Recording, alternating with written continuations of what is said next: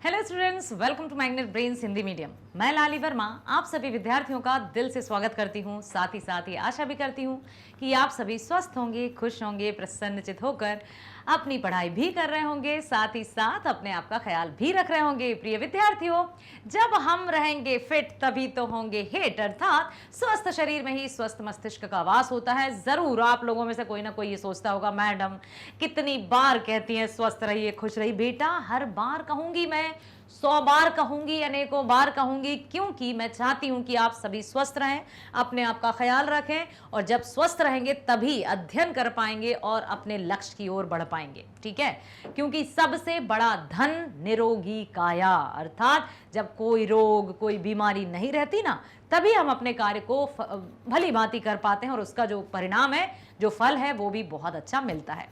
चलिए तो चलते हैं कि हम क्या करने वाले हैं। हम करने वाले हैं कक्षा 12वीं हिंदी दिगंत 2 बिहार बोर्ड पाठ 6 तुमुल कोलाहल कलह में जो लिखा है जयशंकर प्रसाद जी ने, बिहार बोर्ड सॉल्यूशंस। क्योंकि प्रीवियस वीडियो में हमने जाना कि जयशंकर प्रसाद जी ने इस कविता के माध्यम से क्या बताया है। अभी मैं नहीं बताऊंगी क्या बताया है, आप बताएंगे कि क्या बताया है। तो कोई बताएगा कि तुमुल कोलाहल कलह में जयशंकर प्रसाद जी ने क्या बताया है। बताओ, किसके बारे में वर्णन है, कहां से ये पंक्तियां ली गई हैं, और कौन क्या है, क्या कौन है। बताओ, कौन क्या है, क्या कौन है। हाँ, यस, ये है जयशंकर प्रसाद जी द्वारा रचित महाकाव्य कामायनी का एक अंश, जिसमें उन्होंने श्रद्धा और मन के आपसी वार्तालाप के बारे में बताया है। श्रद्धा किसे कहते हैं? श्रद्धा, आस्था, आशा, उम्मीद।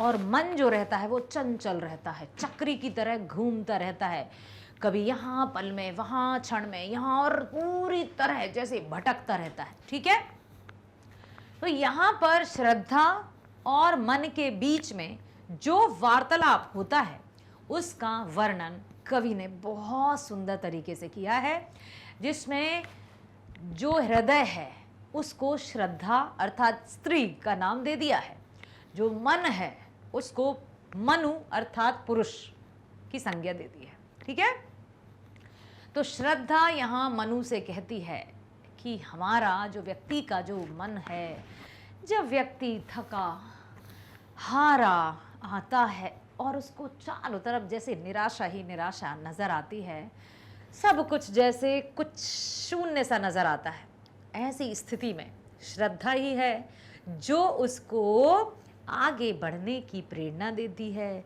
जो उसको सुकून देती है, शांति देती है, मन को चैन देती है, आराम देती है। कौन? श्रद्धा। तो वो मन से यही कहती है कि जो सुकून, जो चैन, जो आराम है ना, वो मैं ही हूं, मन। ठीक है, देखते हैं पहला प्रश्न क्या है। हृदय की बात का क्या अर्थ है? देखिए, हृदय की बात का क्या अर्थ है? उत्तर तो हम पढ़ ही लेंगे। आपको क्या लगता है कि इस प्रश्न का उत्तर क्या होना चाहिए? इस कोलाहलपूर्ण वातावरण में श्रद्धा जो वस्तुतः कामायनी है, कामायनी, हर कामना को पूरा करने वाली, शीर्षक ही देखिए कितना उत्कृष्ट है, कामायनी। ठीक है, कामायनी मतलब जो कामनाओं को पूरा करे। तो इस कोलाहल पूर्ण वातावरण में ये शोरगुल है, मतलब आपाधापी है, भाग दौड़ है, एक दूसरे की होड़ है, कोई यहाँ कोई वहाँ, चारों तरफ से हौच पौच मचा हुआ है। इस कोलाहलपूर्ण वातावरण में श्रद्धा जो वस्तुतः कामायनी है, अपने हृदय का सच्चा मार्गदर्शक बनती है। अर्थात इस कोलाहलपूर्ण वातावरण में श्रद्धा जो वस्तुतः कामायनी है, कामायनी मतलब कामनाओं को पूरा करने वाली, मन को सुकून देने वाली, हृदय को शांति देने वाली, क्या है? कामायनी, श्रद्धा। ठीक है, स्त्री के रूप में देखा है उन्होंने। अपने हृदय का सच्चा मार्गदर्शक बनती है कि क्या करना है, कैसे करना है, सुकून किस तरह से प्राप्त होना चाहिए। जीवन में भाग दौड़ तो है ही, लेकिन उसमें भी हमें सुकून के कुछ पल निकाल लेना चाहिए। कवि का हृदय कोलाहलपूर्ण वातावरण में जब थक कर, चंचल और चेतना शून्य अवस्था में पहुंचकर नींद के आगोश में समा जाती है। क्या है? जब कवि का हृदय इस शोरगुलपूर्ण वातावरण में थक कर चंचल मन जो है वो चेतना शून्य हो जाता है, मतलब कुछ नहीं सोचना, अब नहीं सोच सकते, तो उसके आगोश में समाना चाहती है ताकि उसको सुकून मिल जाए। ऐसे विषादपूर्ण समय में श्रद्धा चंदन की सुगंध से सुवासित हवा बनकर चंचल मन को सांत्वना प्रदान करती है, सुकून प्रदान करती है। इस प्रकार कवि को अवसाद एवं अशांतिपूर्ण वातावरण में भी उज्जवल भविष्य सहज ही दृष्टिगोचर होता है। आगे चलते हैं कि क्या कहता है दूसरा प्रश्न। कविता में उषा की किस भूमिका का उल्लेख है? सबसे पहले तो आप ये बताइए, क्या आप उषा शब्द से परिचित हैं?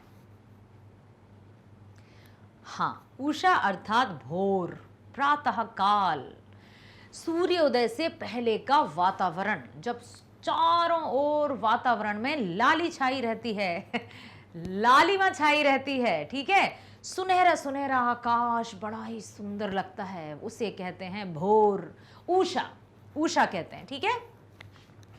तो कविता में उषा की किस भूमिका का उल्लेख है?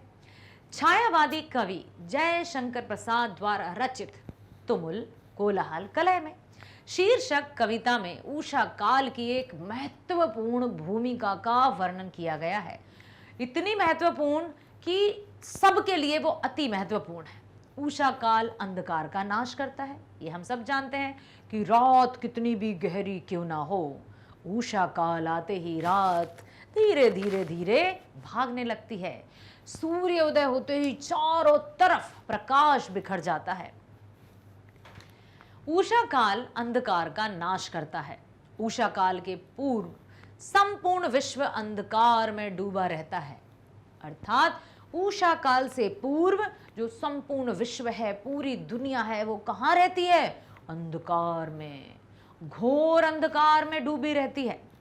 उषा काल होते ही सूर्य की रोशनी अंधकार रूपी जगत में आने लगती है और अंधकार का नाश कर देती है। सारा विश्व जो अंधकारमय था वो प्रकाशमय हो जाता है। सभी जीव जंतु अपनी गतिविधियां प्रारंभ कर देते हैं। अब देखो यहां पर कितना, मतलब जो सृष्टि का निर्माण है ईश्वर ने कितने सुंदर तरीके से किया है। रात हो गई, ठीक है भैया, हम तो मनुष्य हैं, हमें पता चल गया कि हाँ रात हो गई है, शाम होने से पहले जल्दी घर पहुंचना है और अब सुबह की तैयारी के लिए रात में तैयारी करके रहना है। मनुष्य है, बुद्धिमान है, सर्वश्रेष्ठ है। लेकिन उसके साथ साथ जो पशु पक्षी जीव जंतु, इन्हें कब कैसे पता चल जाता है? क्योंकि शाम मतलब रात होने से पहले ही गायें, जो मवेशी होते हैं, पालतू जानवर, वो अपने घरों की ओर आने लगते हैं। यार कभी सोचा है आपने, क्या उनको कहा गया है कि इतना टाइम हो गया, क्या वो घड़ी वड़ी बांध कर घूम रहे हैं कि अरे 6 बज गए या 7 बज गए, अब घर की तरफ चलें? हाँ, प्रकृति का कितनी सुंदर रचना की है उस परमात्मा ने। सबको सब कुछ पता रहता है। चिड़ियाँ अपने घोंसले की तरफ लौटने लगती हैं, सुबह उड़ जाती हैं, शाम को लौटने लगती हैं। किसने कहा? फोन लगाया चूज़ों ने, उनके जो चिड़िया के जो छोटे छोटे बच्चे हैं कि मम्मा आओ ना, भूख लगी है? नहीं। फिर भी शाम होते ही, संध्या होते ही लाइन से पक्षियों जो है आकाश में आते नजर आते हैं, लाइन बनाकर पंक्तिबद्ध तरीके से अपने घोंसलों की ओर। ये सब क्या है? ये सृष्टि का चक्र है जो प्राकृतिक तरीके से चलता है, और मनुष्य उस प्राकृतिक या जो प्रकृति के चक्र में व्यवधान उत्पन्न जब करता है ना, तो भीषणता आ जाती है, भयंकरता आ जाती है, प्राकृतिक प्रकोप जाते हैं। सभी जीव जंतु अपनी गतिविधियां प्रारंभ कर देते हैं। कब? उषा काल होते ही जगत में एक आशा एवं विश्वास का वातावरण प्रस्तुत हो जाता है। उषा की भूमिका का वर्णन कवि ने अपनी कविता में किया है कि किस तरह से उषा काल होता है जो अंधकार रूपी या फिर रात के अंधकार को मिटाता है। ठीक है, अब है अगला प्रश्न। चातकी किसके लिए तरसती है? चातकी सुना है? चातक जो एक वो भी था ना, चकोर, चांद को देखे चकोर। चातक और चातकी सुना है? हाँ, चातकी एक पक्षी होता है जो स्वाति नक्षत्र की बूंद ही पीता है, अर्थात उससे प्यास बुझाता है। जब तक स्वाति नक्षत्र की एक बूंद या बरसात नहीं होती, जब तक वो भटकता रहता है।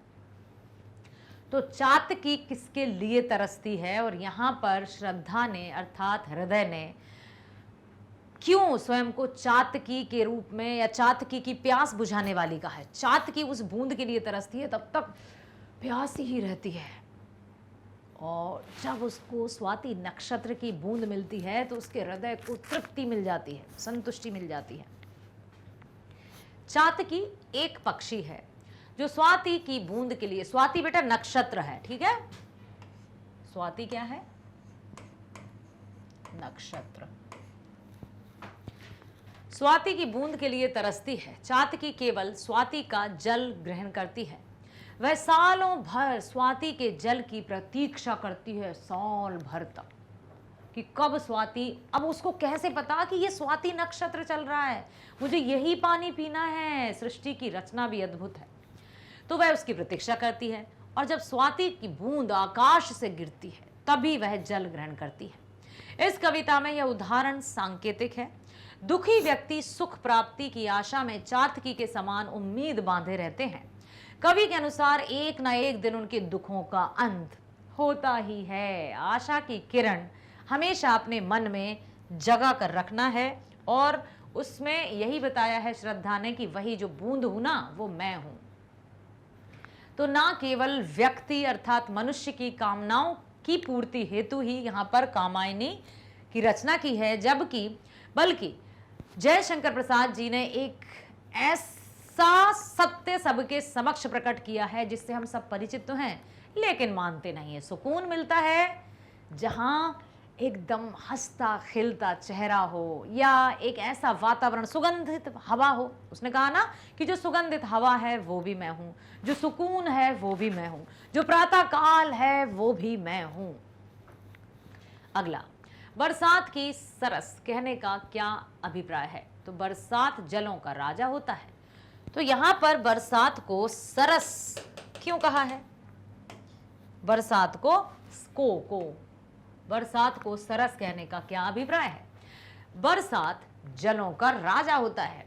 बरसात में चारों तरफ जल ही जल दिखाई देता है, हरियाली दिखाई देती है, प्रकृति का कण कण खिल जाता है। नई जो पौध होती है, जो बीज रहते हैं, वो अंकुरित होकर नवजीवन प्रदान करता है। पेड़ पौधे हरे भरे हो जाते हैं। लोग बरसात में आनंद और सुख का अनुभव करते हैं। उनका जीवन सरस हो जाता है। सरस अर्थात, सरस का क्या अर्थ होता है बेटा? रस से भरा हुआ। सरस मतलब रस से भरा हुआ अर्थात आनंदित। आनंदित, ठीक है? अर्थात जीवन में खुशियां आ जाती हैं, खेतों में फसल लहराने लगती है। किसानों के लिए तो जो बरसात है वो खुशियां लाने वाला ही होता है। इसलिए कभी ये समय है ना, कौन सा समय? बरसात का समय। ये किसान के लिए तो खुशियां लाने वाला होता है। इसलिए कवि जयशंकर प्रसाद ने बरसात को सरस कहा है, आनंदित कहा है, या रस से भरा हुआ कहा है, क्योंकि ये सबके चेहरों पर मुस्कान ले आता है। अब आया है पांचवा प्रश्न, काव्य सौंदर्य स्पष्ट कीजिए। अब यहां पर मेरी बात सुनिए, जब भी बात आती है काव्य सौंदर्य की, ठीक है, तो काव्य सौंदर्य जब भी हम करते हैं तो हमें बताना होता है कि इसमें कौन सा रस है, ठीक है, अलंकार है, ठीक, ये सब हमें बताना होता है। इन पंक्तियों में हमें देखना है कि कौन सा रस है, कौन सा अलंकार है। लिखा है, पवन की प्राचीर में रुख, पवन की प्राचीर में रुख, जला जीवन जा रहा झुक। पवन की प्राचीर में रुख, जला जीवन जा रहा झुक। इस झुलसते विश्व वन की, मैं कुसुम ऋतुराज रेमन। जयशंकर प्रसाद द्वारा रचित यह पद्यांश छायावादी शैली का सबसे सुंदर आत्मगान है। आत्मगान क्यों कहा है? क्योंकि यहां पर कवि जयशंकर प्रसाद जी ने अपने मन की जो भावनाएं है ना, उनको स्वयं इस कविता के माध्यम से व्यक्त किया है और हर एक व्यक्ति के मन में इस तरह की भावनाएं व्याप्त हैं। तो जयशंकर प्रसाद द्वारा रचित यह पद्यांश छायावादी शैली का सबसे सुंदर आत्मगान है। इसकी भाषा उच्च स्तर की है। इसमें संस्कृत निष्ठ शब्दों का अधिक प्रयोग हुआ है। यह गद्यांश सरल भाषा में ना होकर सांकेतिक भाषा में प्रयोग हुआ है। संकेतिक समझते हो आप? बताया है संकेतों के माध्यम से कि इसका तात्पर्य ये है, इसका तात्पर्य है। प्रकृति का रोचक वर्णन इस पद्यांश में किया गया है। प्रकृति को बहुत ही सुंदर दिखाया है जो कि है, ठीक है। इसमें रूपक अलंकार का प्रयोग हुआ है, जैसे विश्व वन अर्थात वन रूपी विश्व। इसमें अनुप्रास अलंकार का भी प्रयोग हुआ है।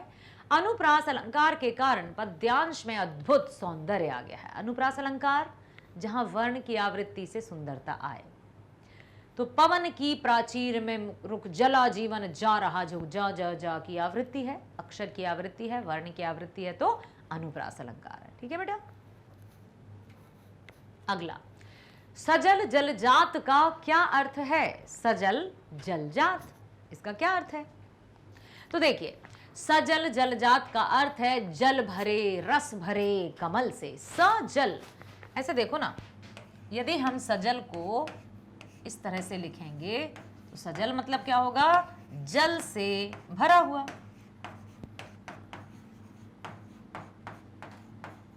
ठीक है, तो सजल जलजात किसका नाम है? कमल का नाम है। जलजात किसे कहते हैं? कमल को कहते हैं। तो यहाँ पर कमल के बारे में बताया है और कमल की जो सुंदरता है वो इतनी सुंदर है कि देखो, मैं आपको बनाती हूँ, आज कमल बनाती हूँ, ठीक है। देखो, इस तरह से जो कमल है वो खिला हुआ है, कुछ इसी तरह का, इसी तरह के रंग का रहता है ना, गुलाबी गुलाबी, वाओ। तो इस तरह से जब कमल खिलता है तो बहुत सुंदर दिखाई देता है ना। और कमल कहाँ खिलता है बेटा? तालाब में, पानी में खिलता है। ऐसा नहीं है कि कहीं भी सूखी जमीन पर खिल जाए। तो तालाब में जब कमल खिलता है तो वो बहुत ही सुंदर नजर आता है, ठीक है। अब यहां पर उस सुंदर कमल की बारे में कवि ने बताया है, ठीक है। चलो भाई, नीला पानी भी बना देते हैं। इस तरह से ये है कमल, ठीक। तो यहां पर सजल मतलब जल से भरा हुआ, जलजात अर्थात कमल दिखाई दे रहा है। सजल जलजात का अर्थ है जल से भरे रस भरे कमल से है। मानव जीवन आंसुओं का सरोवर है।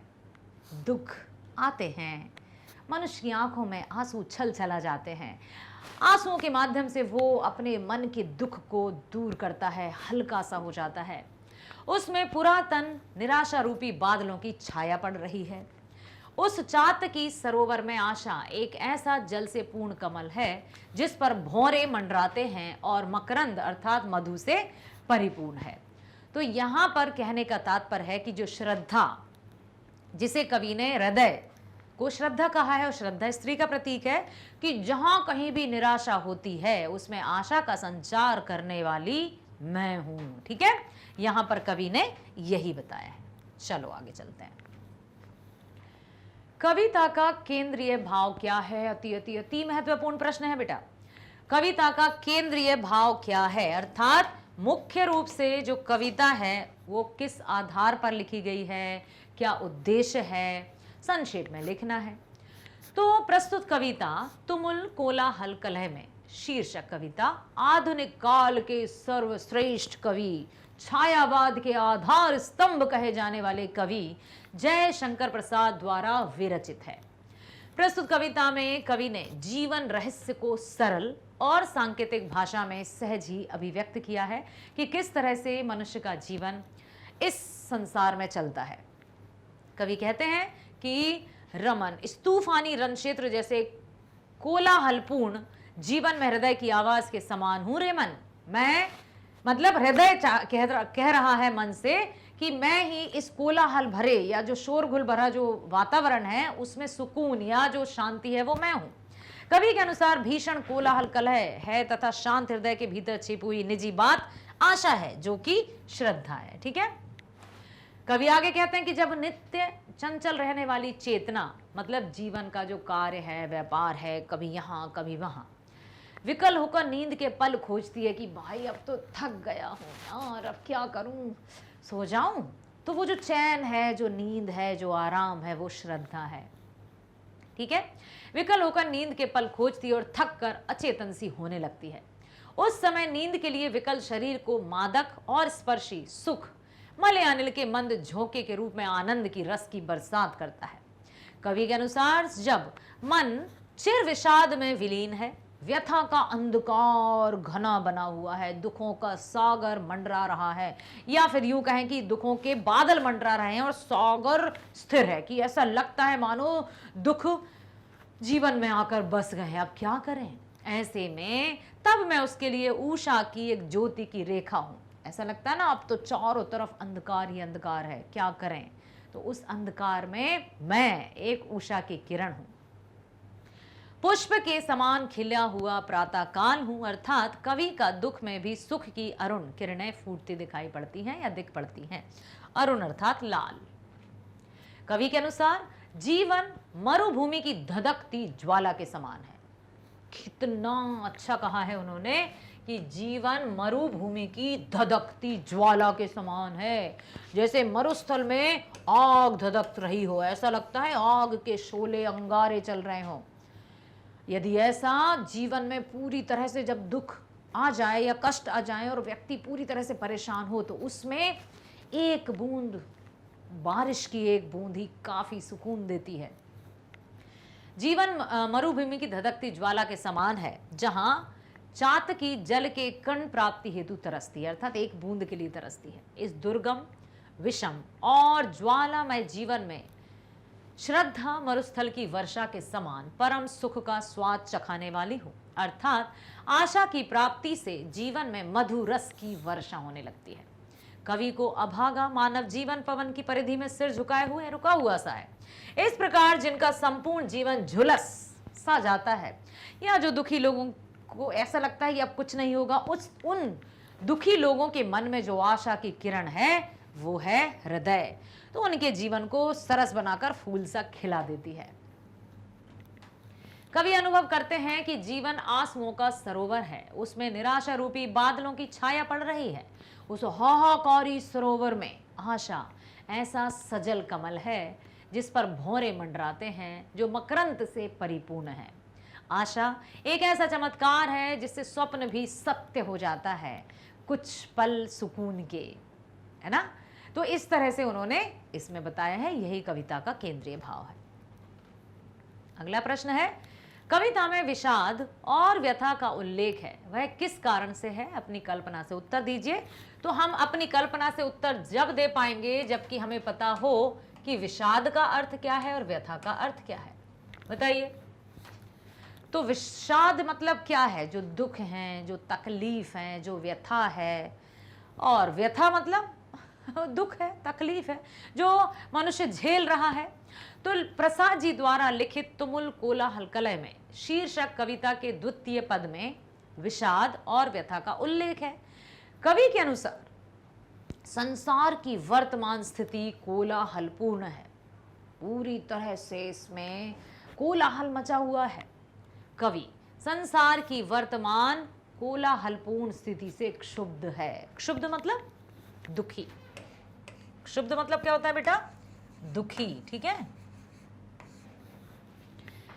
इससे मनुष्य का मन चिर विषाद में विलीन हो जाता है। जब दुखी है तो वो बस विषाद में चला जाता है, घनघोर दुख के साया मंडराने लगता है, जीवन में घुटन सी महसूस होने लगती है।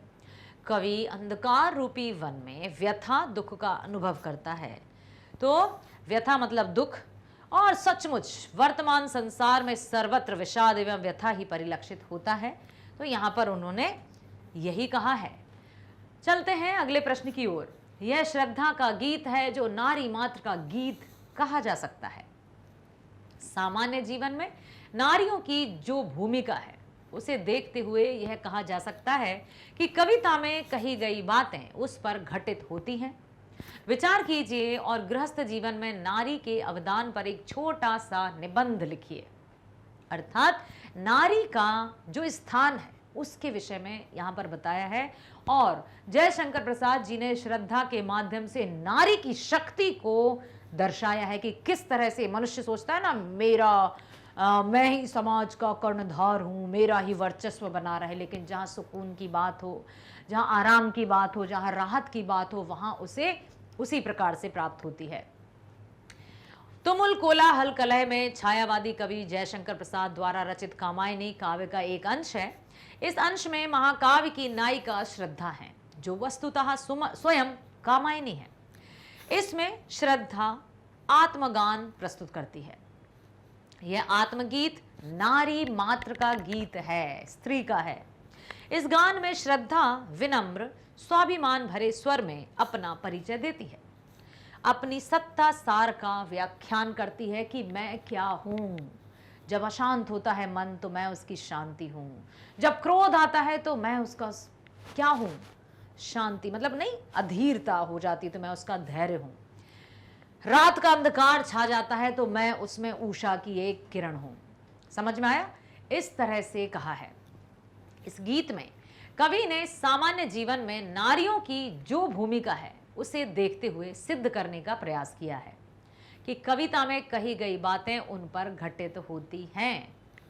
कवि की यह सोच सही है। नारी वस्तुतः विश्वासपूर्ण आस्तिक बुद्धि का ही तो प्रतीक है। नारी के जीवन से विकासगामी ज्ञान एवं आत्मबोध प्राप्त होता है। गृहस्थ जीवन में नारी के अवदान अतुलनीय है, कोई तुलना नहीं की जा सकती। गृहस्थ जीवन में नारी की भूमिका महत्वपूर्ण है। कितनी भी कार्य करके आती है, घर की सारी जिम्मेदारियां मानो अपने सिर स्वयं ले लेती है। और घर के और जो पुरुष वर्ग के लोग हैं वो नहीं समझ पाते, उनको लगता है कि हम बहुत कार्य कर रहे हैं, लेकिन नारी की तुलना में उनका कार्य बहुत कम होता है। ठीक है? जब पुरुष का मन कोलाहलपूर्ण वातावरण में चेतना शून्य हो जाता है, भाग दौड़ में नहीं, अधिकतर हमने देखा है, आपने भी देखा होगा, इस बात से आप बिल्कुल भी डिनाई नहीं कर सकते हैं कि नहीं नहीं ऐसा नहीं होता।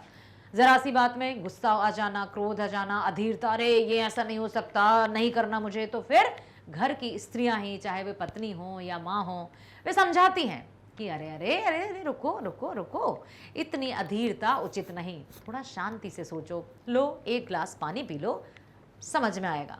नहीं तो एक बार यह भी बताया गया है कि महाभारत में यदि कृष्ण और दुर्योधन का जो शांति वार्तालाप हुआ था, संधि का वार्तालाप हुआ था, तो उसके स्थान पर यदि कुंती और गांधारी के बीच में शांति वार्तालाप होता ना, तो महाभारत का इतना खतरनाक युद्ध ही नहीं होता। इससे नारियों की चेतना की पराकाष्ठा को बताया है कि यह सत्य है कि नारियों में क्षमता, सहनशीलता कहीं अधिक होती है। ठीक है? तो गृहस्थ जीवन में नारी के अवदान अतुलनीय है।